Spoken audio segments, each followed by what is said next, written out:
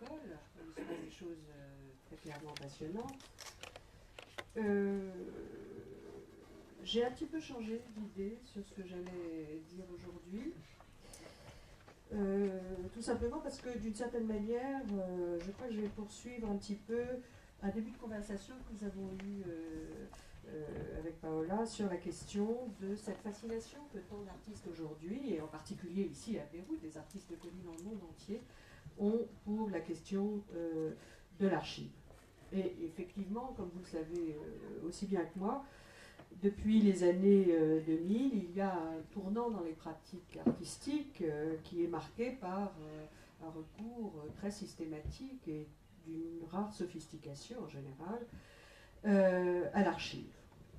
Alors j'ai envie de dire que il y a quand même un effet de contexte qui me paraît important, c'est que la question de l'archive, comme vous le savez, elle a connu une accélération stupéfiante dans les 10 et même les 5 dernières années, avec l'apparition du numérique. C'est une question qu'on aborde encore peu, mais il faut savoir que pour les historiens professionnels, cette question se pose de manière tout à fait spectaculaire. Je vous rappellerai simplement que pour le procès de Nuremberg, donc c'est le procès par lequel, après 1945, on a jugé les responsables du génocide et de la Seconde Guerre mondiale, on dispose de 50 heures d'enregistrement filmé, de films sur le procès de Nuremberg. Et aujourd'hui, quand un historien travaille sur le procès de Nuremberg, il a 50 heures d'enregistrement à voir, ce qui n'est pas très compliqué. Pour le seul tribunal pénal international pour le Rwanda, il y a, grâce à la numérisation, 30 000 heures d'enregistrement pour le TPI du Rwanda. Donc vous voyez que là, on est devant des questionnements qui sont intéressants, c'est-à-dire que le changement d'échelle, le quantitatif est devenu un qualitatif. Et vous savez que dans les lieux de conservation de l'archive audiovisuelle, alors en particulier l'INA en France, pour ceux que j'en connais, vous savez que maintenant on est en train d'essayer de mettre en place des dispositifs de lecture délinéarisés, comme on dit, donc des systèmes, si vous voulez, de repérage, de gestes, de mouvements, etc., qui permettent d'indexer de telles masses d'archives. Parce que la question de l'archive, on s'en rend très vite compte, c'est d'abord et avant tout une question d'indexation. C'est-à-dire qu'aucune archive n'existe sans un système d'indexation, ce que nous a rappelé la performance de Paola tout à l'heure. D'ailleurs, c'est tout à fait crucial, j'y reviendrai très rapidement. Donc je crois que c'est sur ce fond quand même, cet horizon-là, qui est l'extraordinaire saut anthropologique, historique et anthropologique, vers la numérisation, qu'on voit parallèlement la question de l'archive affleurer de manière extrêmement complexe dans les pratiques artistiques. Alors, je constate, et je ne vais pas véritablement me concentrer là, parce que je voudrais quand même livrer place à une vraie conversation, qu'il y a une sorte de rematérialisation paradoxale de l'archive. Au moment même où la numérisation nous entraîne vers quelque chose de totalement différent, on voit très bien que dans le champ des pratiques artistiques, l'archive permet de faire converger des histoires propres à l'histoire de l'art du XXe siècle.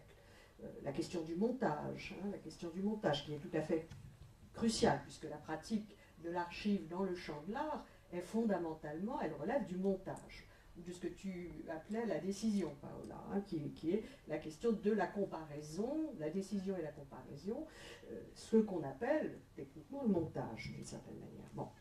Mais également, et ça c'est tout à fait remarquable aussi, et il y a là une sorte de constante dans l'histoire de l'art du XXe siècle, une réflexion sur la texture de l'histoire, telle que, du moins, elle nous parvient à travers les médias. Et je pense, en ce moment, il y a deux grandes rétrospectives à Londres et à New York, une sur Richard Hamilton et une sur Sigmar Polk, et on voit très bien que ce sont précisément des artistes qui ont largement pris en compte la question de la texture de l'image, comme vous le savez, de l'image médiatique, de l'image telle qu'elle est publiée dans les médias, pour alimenter une réflexion sur les médias artistiques en tant que tels. Bien.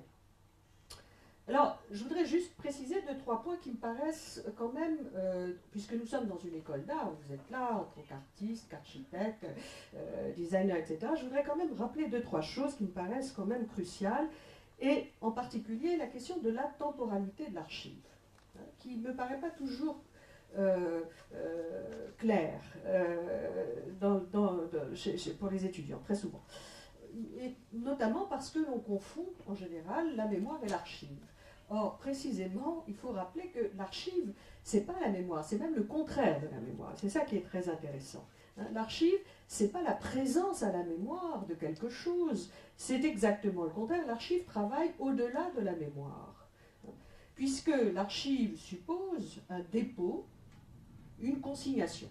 On archive quelque chose, on le dépose quelque part, on le consigne, c'est-à-dire que cela suppose une extériorité par rapport au sujet. Ça, c'est fondamental. Celui qui a admirablement commenté cela, c'est Jacques Derrida, dans Le mal d'archives, mais je crois que très souvent Jacques Derrida est utilisé à contresens ou à contre-pied, et on oublie que, et précisément, il était pour lui très important d'insister sur l'extériorité de principe de l'archive.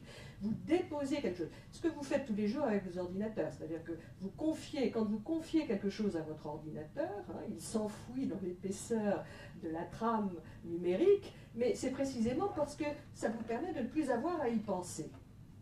Je dirais que la fonction libératrice de l'archive, c'est que ça vous délivre du fardeau d'avoir présent à l'esprit quelque chose. Ça, c'est une économie fondamentale de l'archive. Donc,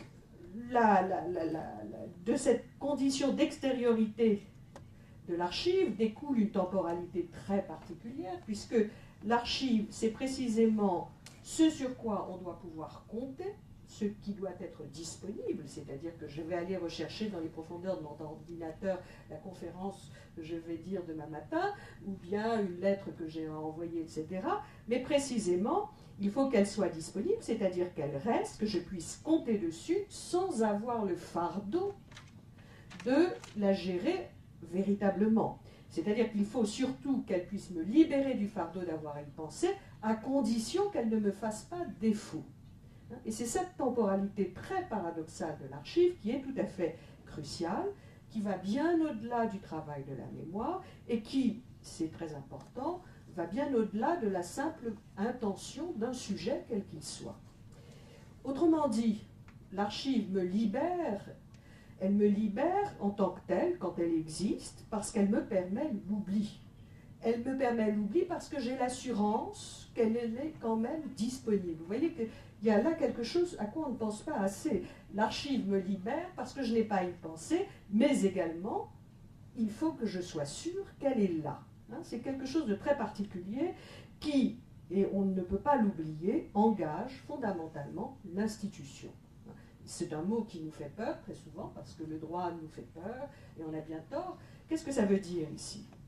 Ça veut dire que l'archive suppose toujours un protocole d'enregistrement. Le mot protocole est un mot très utile parce qu'il a plusieurs sens. On connaît le mot protocole, le protocole de la cour, c'est un rituel, c'est une règle. C'est une règle, mais le protocole, ça veut dire fondamentalement qu'il s'agit d'un rituel d'enregistrement, de consignation. Ce sont des règles de consignation. Autrement dit, il n'y a archive au sens véritable du terme que si vous avez un protocole d'enregistrement.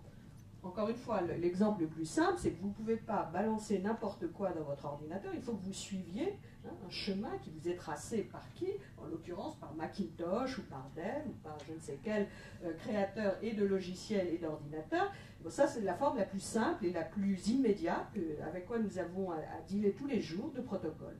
Mais ça veut dire aussi que, par exemple, les archives nationales, elles enregistrent, selon des règles très précises, des documents. Par exemple, chaque ministère, chaque année, doit envoyer aux archives nationales ses dépôts. C'est très intéressant, il doit éplucher toute sa paperasse, mais livrer chaque année aux archives nationales ses dépôts, selon des règles extrêmement précises. Alors, vous voyez que, pourquoi ça engage l'institution, l'archive ? À cause de cette temporalité-là. L'archive me permet d'oublier quelque chose, mais je dois être sûr qu'elle est là, qu'elle est disponible, qu'elle ne me fera pas défaut.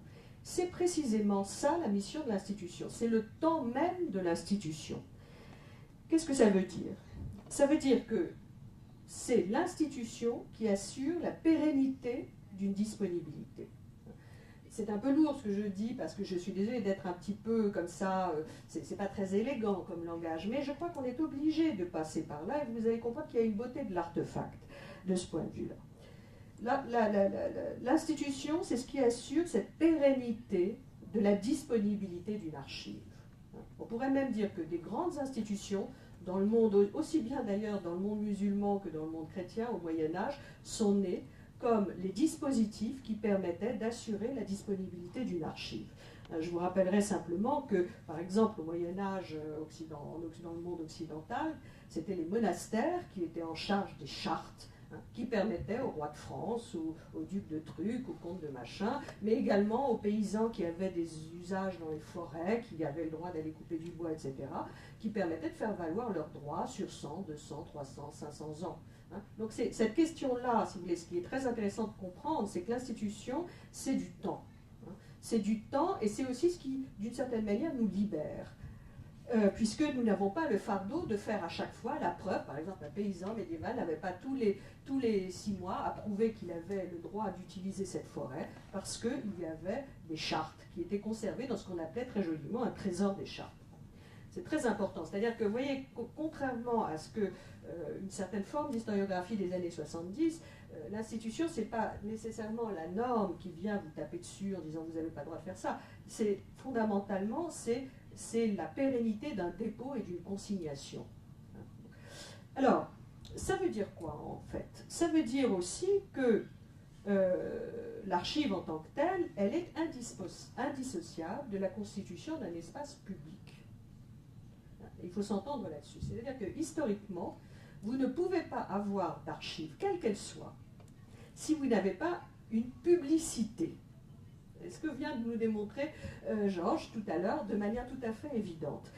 C'est-à-dire que, historiquement, alors je prends des exemples un peu massifs et après on va venir à des exemples plus concrets. En France, avant la Révolution, la Grande Révolution de 1789, chaque ministère a ses archives, chaque prince, il y a les archives du roi, il y a des archives dans chaque monastère, dans chaque évêché, les affaires étrangères, etc. Et ce qui est très intéressant, c'est que personne n'aurait eu l'idée absurde de réunir toutes ces archives.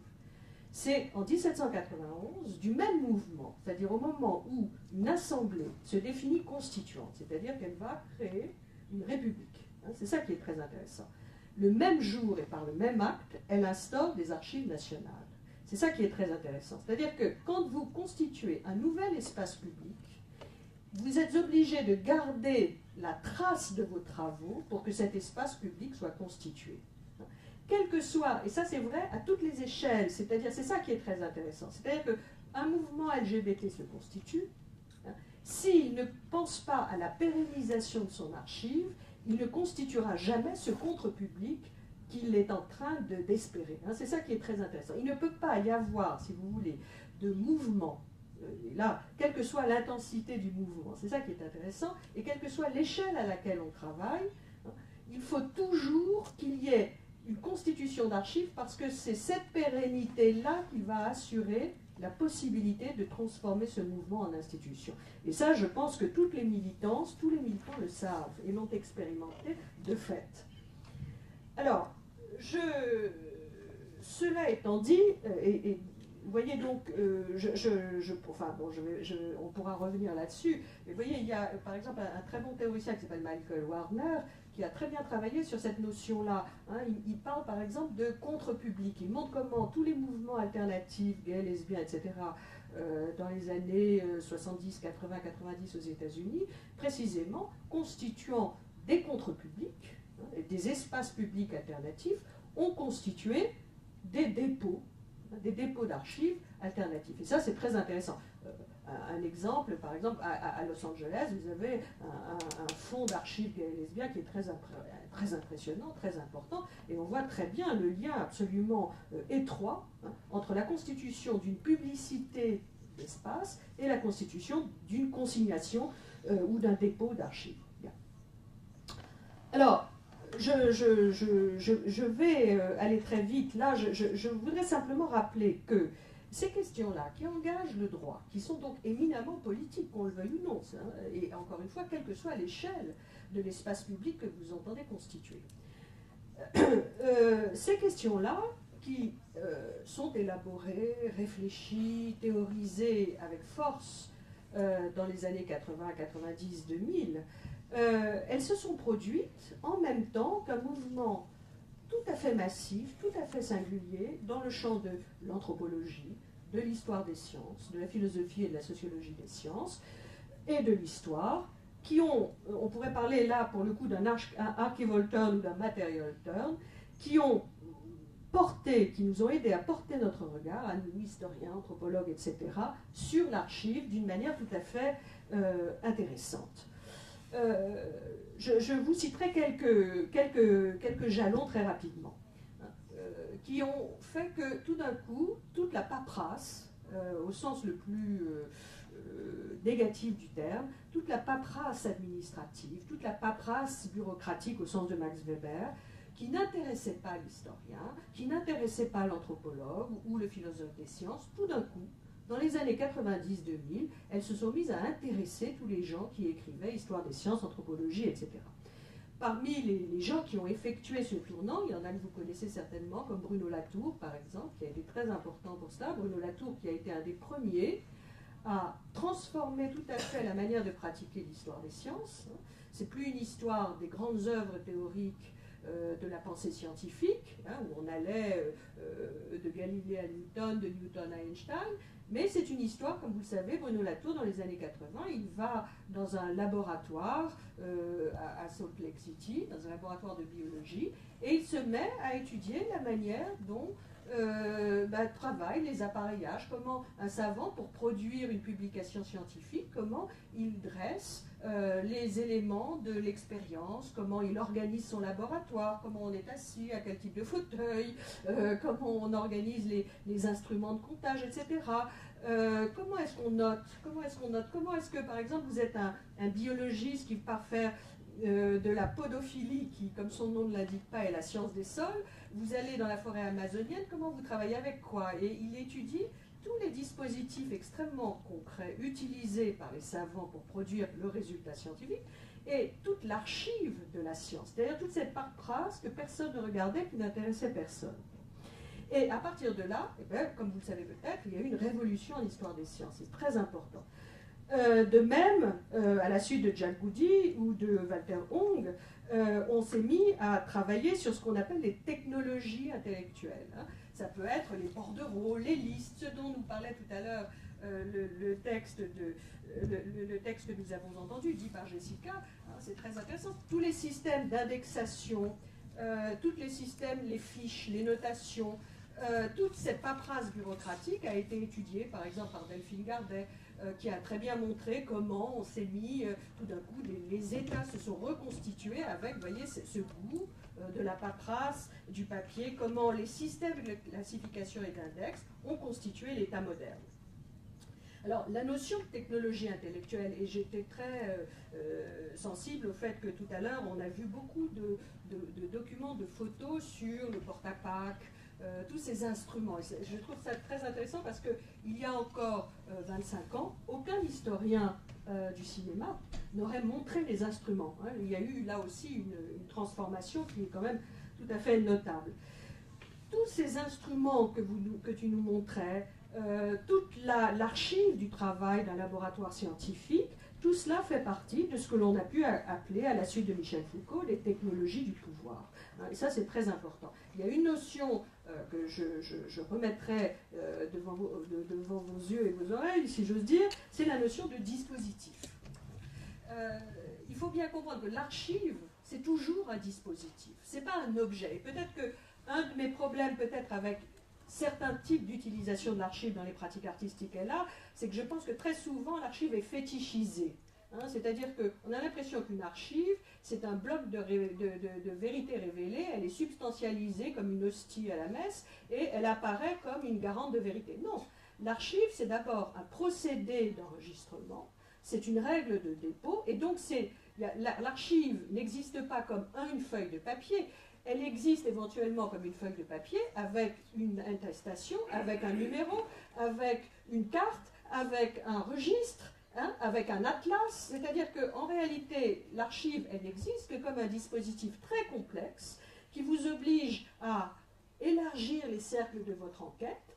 Et notamment, c'est ce qu'on montrait très très bien dans des études très classiques, par exemple Anne Stoller, qui est une très grande anthropologue américaine, qui a travaillé en Indonésie, et on voit très bien comment, dès qu'on s'intéresse aux classifications raciales dans l'Indonésie hollandaise, on est obligé, dès qu'on plonge dans les archives de Batavia, on va découvrir en fait des organisations extrêmement complexes qui vont vous obliger à interroger les relations non seulement entre l'Indonésie et la Hollande, mais les relations entre l'administration coloniale et l'Académie des sciences, etc. etc. C'est-à-dire que vous voyez, l'archive en tant que telle, ce n'est pas l'objet exhibé qui serait porteur en lui-même d'une vérité, ce sont des dispositifs très complexes qui sont ce que Michel Foucault appelait des technologies du pouvoir. Alors, de fait, c'est tout à fait vrai que de ce point de vue, c'est par exemple dans les études sur la colonisation que les anthropologues ont très bien montré le pouvoir incroyablement coercitif, violent, terrible de ces modes d'archivation. Le cas de Sandra Marchman en est un des plus éclatants, hein, d'une certaine manière. Ce que je trouve aussi très intéressant, c'est la démarche d'historienne.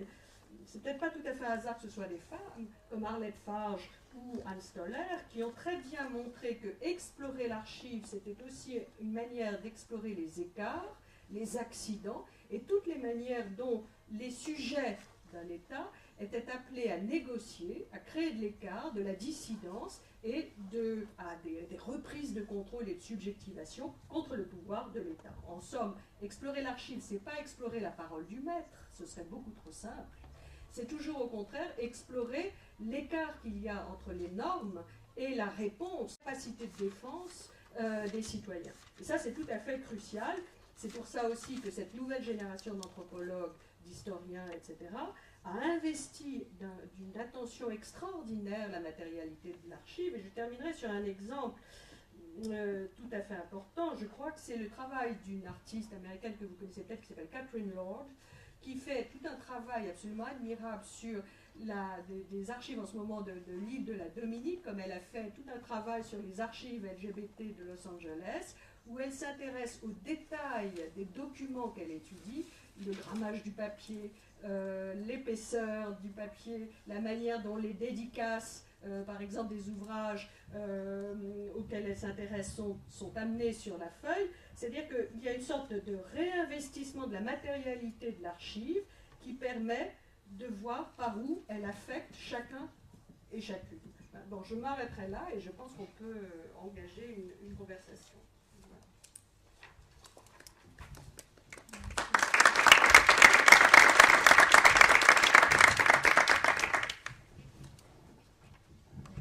Je pense que j'ai quand même vite commencer par demander s'il y a une question dans l'audience par rapport aux 3 communications que nous avons eues. Bon, alors je vais... Non. Par rapport au travail du centre Simone de Beauvoir et justement de la pérennité des archives, j'imagine qu'il y a eu, et vous l'avez montré, il y a énormément de travail qui s'est fait entre restauration et transfert de support à support.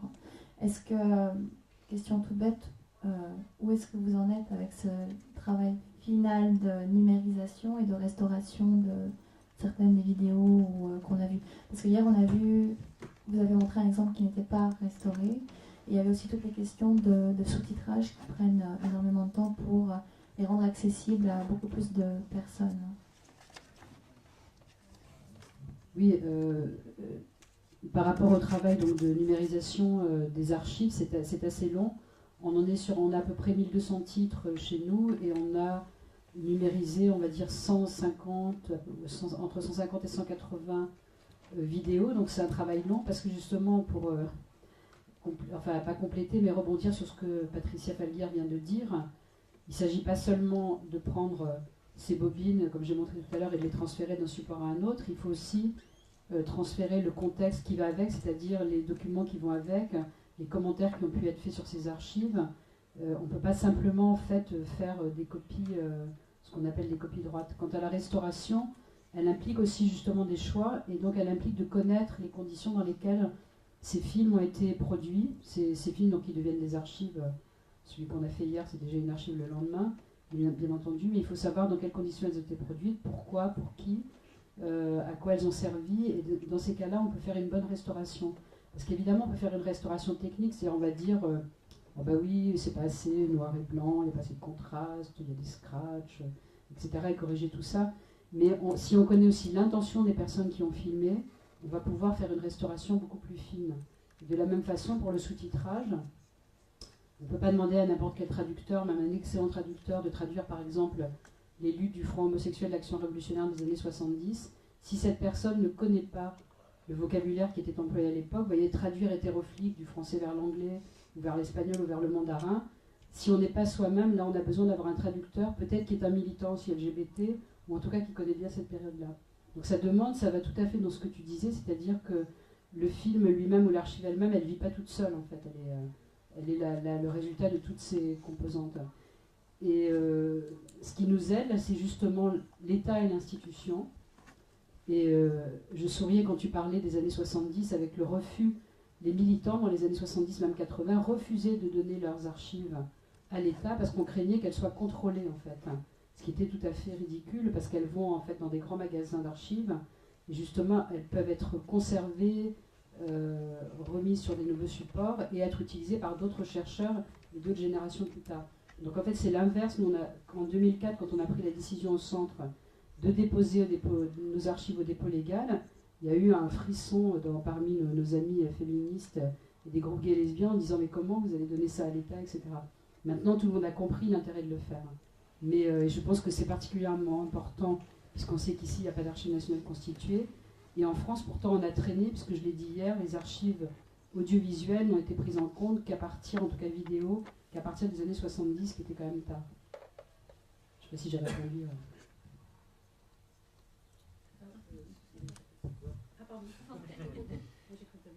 Non, j'avais justement une question pour vous et par rapport à quel genre d'archives vous constituez, parce que hier on a pu voir aussi des débats qui avaient eu lieu en huis clos dans les années 70 en France sur l'homosexualité. Est-ce que vous avez de telles archives, vous avez filmé des discussions, ou à cause de l'État justement vous avez décidé de ne pas avoir ce genre d'archives du tout qui pourrait peut-être être comme le disait Nicole, tomber dans des mains qui peut-être pourraient ne pas servir votre cause? Non, il n'y a pas d'archives, malheureusement, pour répondre à la question. Le problème, c'est que c'est pas la part de l'État, c'est aussi le fait qu'on n'avait pas les moyens, on n'était pas bien organisé. Et cette année-là, c'est qu'on commence en fait à retrouver les anciens activistes. C'est un mouvement qui a 10 ans, donc heureusement, c'est pas un mouvement qui est très vieux. Donc on essaie de collecter un peu les anciennes publications, de retrouver les films, des documentations des manifestations qu'on n'avait pas dans un même endroit jusqu'à présent. Donc un des projets de Hana en ce moment, c'est de documenter tout ce que j'ai présenté.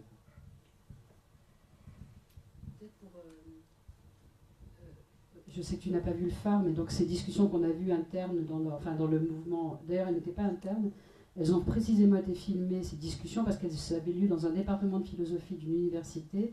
C'était donc pas une réunion interne du phare ou du GLH ou des Gouines Rouges dans les années postérieures, parce qu'après, entre militants, nous non plus, on ne filmait pas nos conversations.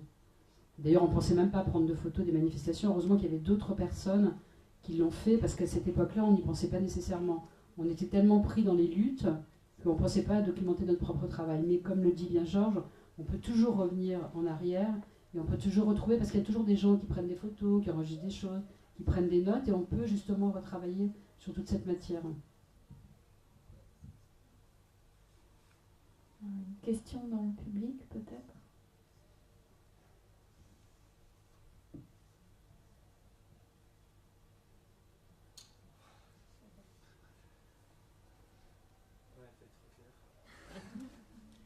Bien, donc je pense qu'on va clore ici. Je remercie nos 3 intervenants du jour, et je remercie ceux qui sont venus, qui se sont déplacés. Merci beaucoup.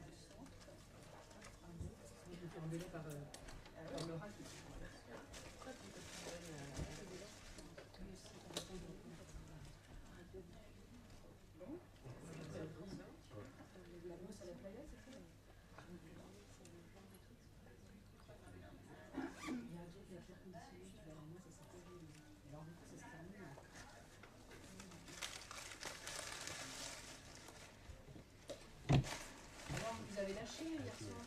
Mon goûter, quoi. Moi, j'étais pas un restaurant préféré. On a bien compris que. Ouais, Non, mais au contraire, je suis sûr que d'ailleurs vous avez très bien deviné, mais le truc c'est qu'on y va, c'est ce que j'explique tout à l'heure à Paola, c'est vraiment le restaurant de travail en Asie, parce que moi j'en veux plus, quoi. C'est la cantine. Non, non, pas parce qu'en ça, j'ai rue de Damas en fait, donc vous voyez pas, c'est juste à côté. Donc dès qu'il y a des déjeuners avec des partenaires et tout. Ah, vous allez là. Et vous travaillez avec l'ambassade? Moi j'étais kidnappée parce que je viens d'arriver, je n'ai jamais mangé là-bas encore. Ah, mais elle a jamais mangé là-bas, mais je lui ai dit, tu vas y aller des milliards de fois, et moi. Vous exagérez. Mais c'était bon. Non, mais c'est... Ah non, mais par contre, on va y aller, ça on peut pas du tout empêcher, c'est pour ça c'est faux. Non, je rigole. Je me dis, t'as venir. Non, mais je dans la voiture en même temps. Non, c'est dommage, c'est pas.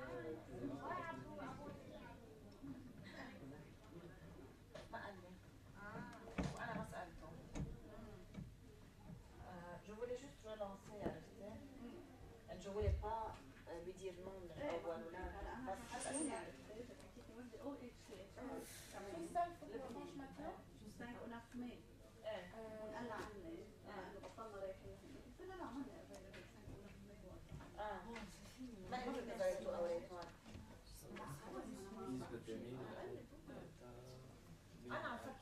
C'est une occasion pour lui dire, parce que même si vous direz quand je ne veux pas le faire. Ah, si, ouais.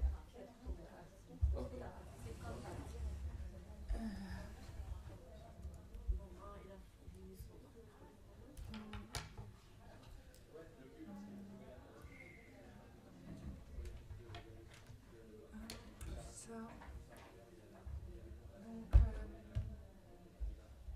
Donc, si on les a pris à la bibliothèque, Je vais lui demander.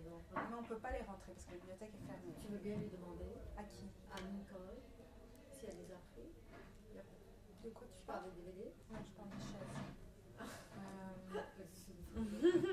Je Je sais pas si Nicole saura. C'est une traduction de l'arabe, ça, tu sais. Ça veut pas dire le sujet. Ah. C'est lié à la langue. Donc tu crois que c'est... Tu crois que je parle de quelqu'un? Non, pas toi, tu fais pas ça, tu es français ou belge? Les deux. Bon, les deux. Mais tu constateras au Liban, c'est parfois... C'est pas la vitesse qui est un problème, c'est le sujet. Le sujet, donc c'est pas de... On ne sait pas de quoi on parle, c'est lié à la... Je sais que moi, quand j'arrive, après un mois, c'est fini, j'oublie. Comment tu... c'est quoi? On ne formule pas le sujet au début de la phrase et donc tu dis le verbe tout de suite. Les choses sont implicites. Ouais. Non, je te jure, j'ai ma tête maintenant parce qu'avec l'allemand, le verbe est la fin. Ouais. Je suis complètement. C'est quand je fatigue, je vais pour l'arabe et le bon, oui, merci. C'est quoi la... C'était catastrophique, mais Ouais. on a fini. Mais les gens me disaient bon sang-froid. Genre comme si c'était... Mais vu les conditions, je trouve qu'on a assuré. Qu'est-ce qu'on fait avec les chaises? Parce que la bibliothèque est fermée. La bibliothèque est déjà fermée. Je crois qu'ils pourraient le faire lundi. Et déjà que j'ai fait la bibliothèque, donc ils On assurent. va leur envoyer un peu. Il laisse un mot et... Oui. Ça retourne chez Varouche.